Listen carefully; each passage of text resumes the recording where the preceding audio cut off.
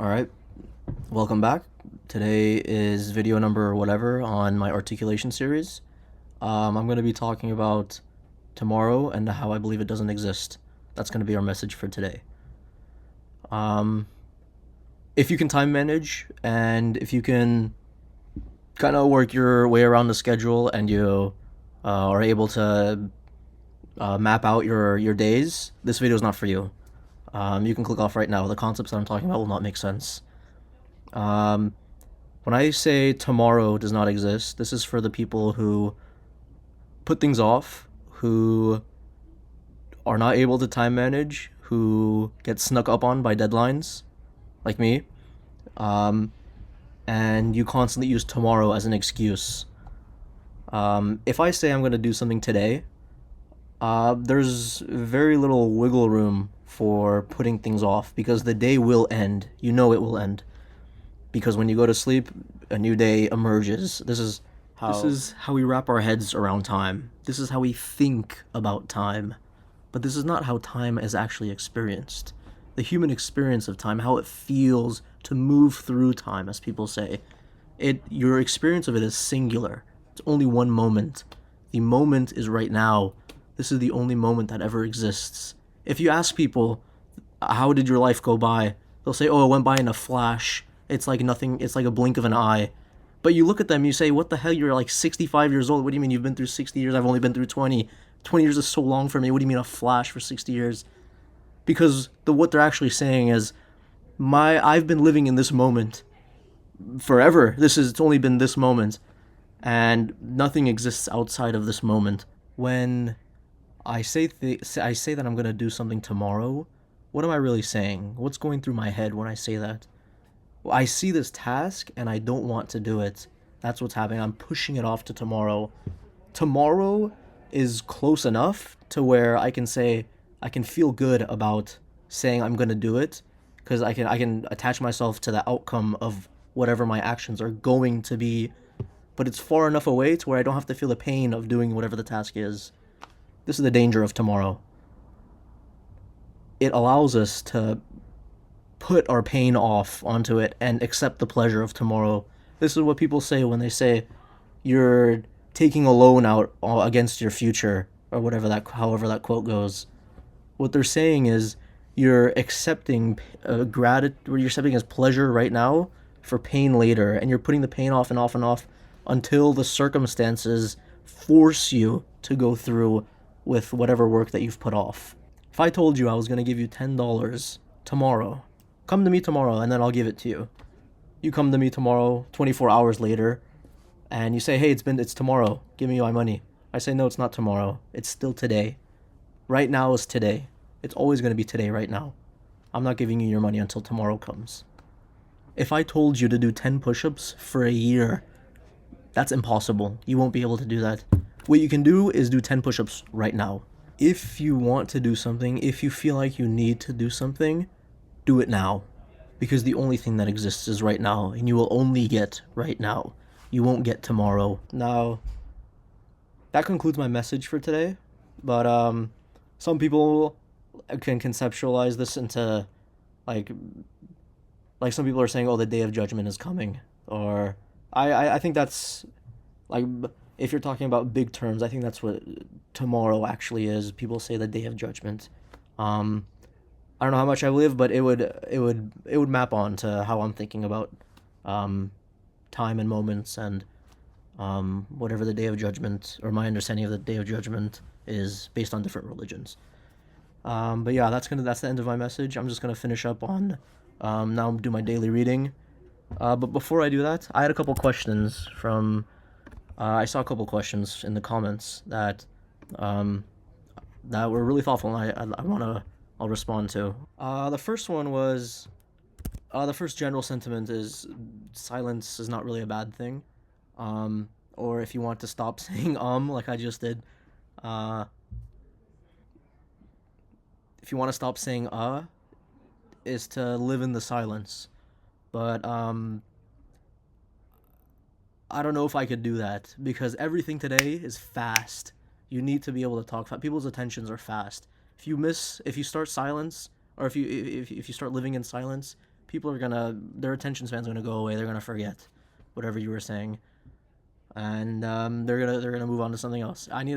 What you need to do is be able to speak faster and get a good train of thought going. The way I figured out, so I think I'm actually okay with saying a little bit. Is it takes up the space and it lets me charge my words. We could say, and it signals to people that I still have something to say that I'm still thinking about. Um, there was something else that'll come to me tomorrow. Another question: what does it mean for me to be articulate? Um, I will to be articulate is to have a thought in my head. I'll be able to the thoughts will come.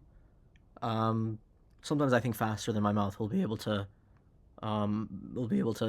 express it, or faster than my brain is able to put it into words for me to express it. For me to be articulate, I think it means to concisely take a thought and transmit it. I don't want to say 100%, but yeah, but to transmit it 100% to another person so they can basically, it's basically mind reading with words, so they can read my mind. That's what it means for me to be articulate. Do you have past experiences where you wished you could have been more articulate? Yeah, I feel like in this industry that I'm in, um, it's a requirement to be quick with your words, else people will move on to try to they will get their answer somewhere else. The internet is fast, AI is fast. You can get your answer from anywhere. If you want to get it from a person, the person needs to be fast to grip your attention, to hold on to the thoughts that you have, or to hold on to your attention while you're able to have your thoughts, and they're able to respond to it in rapid fire. Um, so that I feel like that happens a lot in my industry. That I'll either get interrupted or I will the conversation will get cut and it might get moved to somewhere else where I would then need to process again a whole new set of information to answer these questions.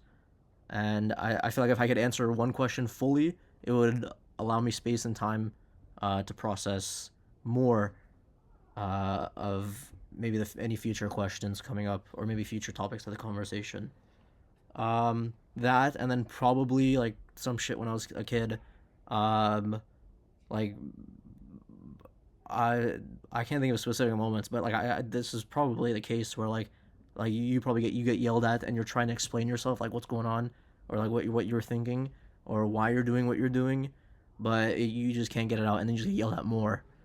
Um, I that sounds like it, that I'm pretty sure that's like an experience I've had multiple times. But just there's not a specific moment that comes up. By the way, if you see your questions here, thank you again. These are very thoughtful questions. I appreciate it. How would you describe a more articulate version of you? Uh, I have no idea. What would change?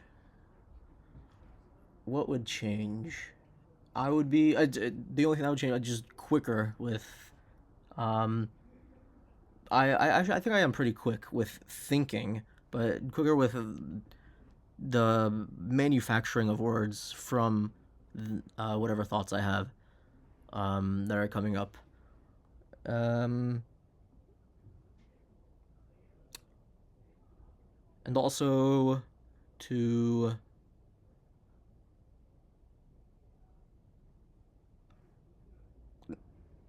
I guess a more articulate version of me would also be a calmer version of me. I would say I would like to be able to hold on to conversation threads for longer. Um, that's something that would be probably integral to being a more articulate version of myself. I got feedback from one of my last videos that I was pretty quiet, so I'll try to speak up, or I'll try to do something in maybe post production to try and try and mitigate that. Thank you for that feedback.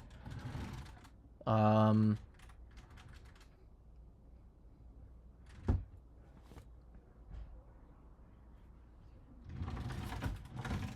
by the way, I'm going to be doing a couple cuts for throughout this video just to kind of see or do a mix between them. I don't like fully um, having a full video of just of me maybe sitting still for 5 minutes at a time while I get 3 thoughts out. I would like to have more substance in these videos. So I'll be exploring more cuts and edits. Just to, and yeah, I'd like to know some of your feedback about that, I guess, if it works or if it doesn't work. Last time we ended off on chapter 1, verse 1, right before the cow, al-Baqarah.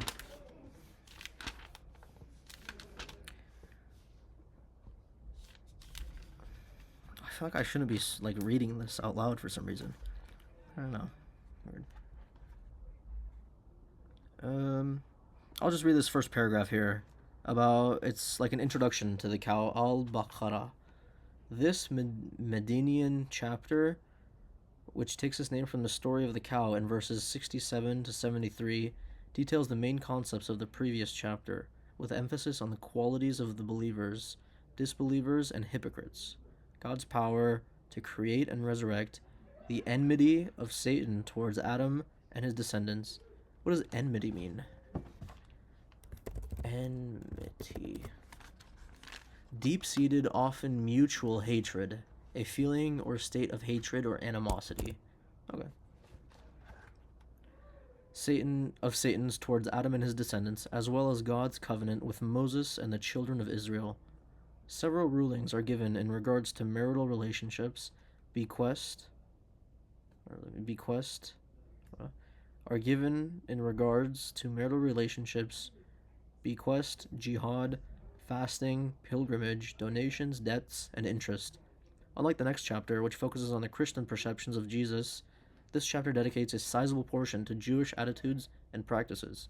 Interesting. Huh. In the name of God, the most compassionate, most merciful. I think that means Bismillahir Rahmanir Rahim. I'll say that. Thank you.